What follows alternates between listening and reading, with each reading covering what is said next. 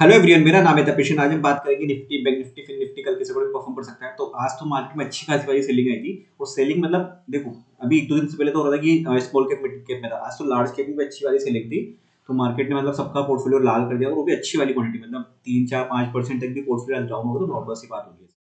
तो सबके साथ है, तो उसमें परेशान होने वाली बात नहीं है सब कुछ भी। क्योंकि देखो, आपका इंडिविजुअल पोर्टफोलियो अगर डाउन हो रहा है, मार्केट सब प्लस में चल रहा है, तो मतलब कहीं ना कहीं आपके शेयर्स में प्रॉब्लम है वहाँ पे। अगर आपका पोर्टफोलियो है, पूरा ओवरऑल मार्केट डाउन है, तो फिर उसमें परेशान होने वाली नीड नहीं है वहाँ पे। धीरे धीरे चीज़ नॉर्मल हो जाएगी एक टाइम बाद।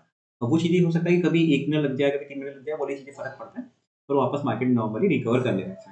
अभी देखो क्या है ना, आज एफआईए ने तो अच्छी खासी सेलिंग करी है, अप्रॉक्स 4600 करोड़ की, ठीक है।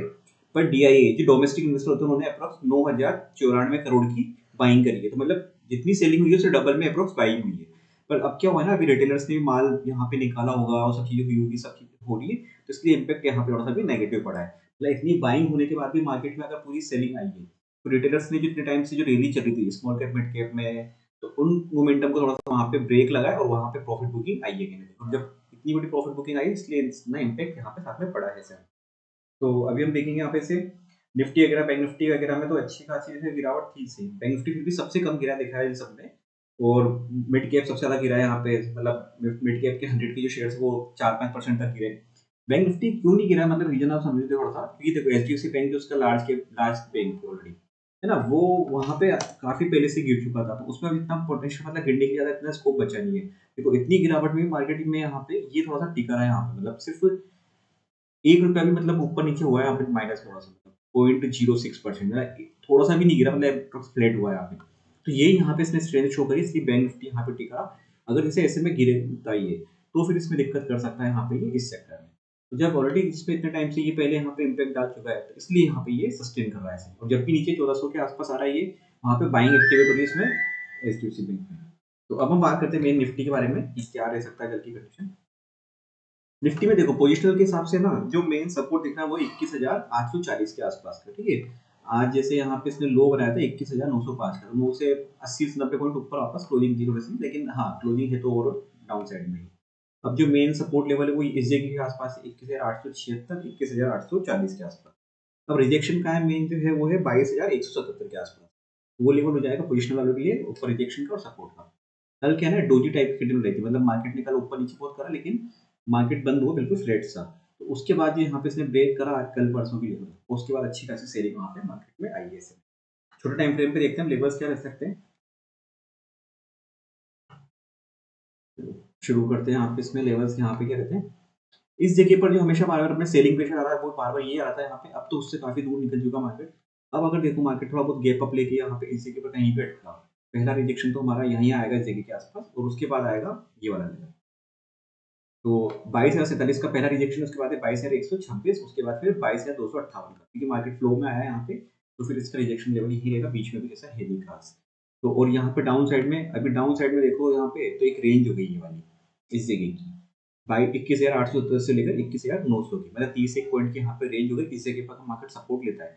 सपोर्ट लेके अगर एक मोमेंटम देता है, तो अपसाइड में यहाँ पे पहला टारगेट 22,047, 22,126 ये टारगेट हो जाएंगे यहाँ पे इसमें निफ्टी में। बाकी फ्लो में अगर और अभी जाना है इससे पहले, क्योंकि देखो अब क्या होगा ना, कल मुझे जहाँ तक लग रहा है एक बार कि थोड़ा बाउंस कर सकता है मार्केट पॉजिटिव साइड में अपग्रेड की तरफ। क्योंकि क्या हो रहा है ना, देखो यहाँ से उन्होंने सेलिंग करी है, वो कहीं ना कहीं निफ्टी कल एक्सपायरी है, तो वो कहीं ना कहीं जब प्रॉफिट बुकिंग करेंगे, गैप डाउन हो गया बाई चांस, अगर 50 60 पॉइंट 70 पॉइंट गैप डाउन हो गया 50 पॉइंट के बीच में, तब तो पुट लेने की तरफ सोचना ही मत, नेगेटिव मत सोचना कहीं भी शॉर्ट करने की। क्योंकि गैप डाउन होएगा तो कहीं ना कहीं जो लेके गए ऊपर पहले से ही, वो प्रॉफिट बुकिंग करेंगे तो मार्केट एकदम से रिकवर करेगा ऐसे।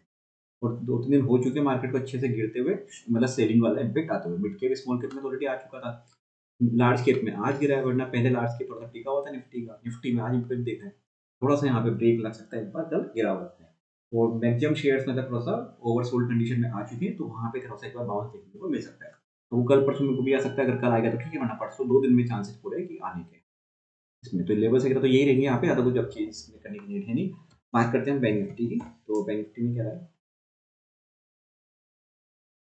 बैंक निफ्टी में देखो ये वाला लेवल था यहाँ पे, और ऊपर की तरफ रिजेक्शन लेवल दिया था, तो इसी के आसपास से रिजेक्शन लिया मार्केट ने। ये सपोर्ट लेवल था, यहाँ पहले सपोर्ट किया, दूसरी बार यहाँ पे आया, फिर इसको ब्रेक करके नीचे निकल गया, और धीरे धीरे फ्लो जो था यहाँ पे ये लेवल था, उसी जगह के आसपास मार्केट ने आके एक बार वहीं रुका मार्केट।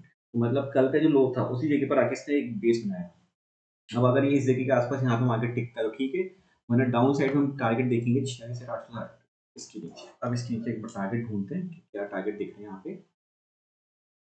देखो उसके नीचे फिर जो टारगेट दिख रहे हैं यहाँ पे वो आएंगे इस जगह के आसपास के, ये वाला मतलब 46,565। थोड़ा सा दूर के टारगेट है, लेकिन अगर पॉसिबिलिटी है मार्केट में यहाँ आ सकता है। उससे पहले यहाँ पे 690, उसके बाद यहाँ पे 46,550 की, तो ये लेवल हो जाएगी यहाँ पे बैंक निफ्टी में। क्योंकि बैंक निफ्टी में आज की गिरावट आई नहीं, अगर इसमें कोई मोमेंटम बना नेगेटिव साइड का तो फिर फ्लो यहाँ पे भी और तेज होगा। और साथ में एचडीएफसी को फॉलो करना है कि एचडीएफसी में क्या पैटर्न बन रहा है। अगर उसमें कोई नेगेटिव बनने लगा इंट्राडे में तो फिर साथ में वो इसको भी गिरा के जाएगा बैंक निफ्टी को यहाँ पे। तो ये लेवल्स हो जाएंगे बैंक निफ्टी के यहाँ पे 46,860 से 866 गिरा, तो 46,690, 46,550 ये टारगेट यहाँ पे इसमें देखने को मिल सकते हैं। और अप साइड में रिजेक्शन लेवल वो यही रहेगा यहाँ पे इसी के आसपास। ये जो मल्टीपल रिजेक्शन वैसे तो देखो अब यहाँ पे एक हो गया इस जगह पर, पहला तो इमीडिएट जो दिख रहा है वो ये वाला लेवल है यहाँ पे 43,054 इस जगह पर। उसके बाद तो फिर ये लेवल है 43,188, जो रेंज बनी हुई है वही रेंज अब यहाँ पे बार बार मल्टीपल रिजेक्शन करके यहाँ पे काम करेंगे इसमें। तो इस लेवल को नोट कर लीजिएगा। अब हम बात करते हैं सीएनएक्स फाइनेंस के बारे में।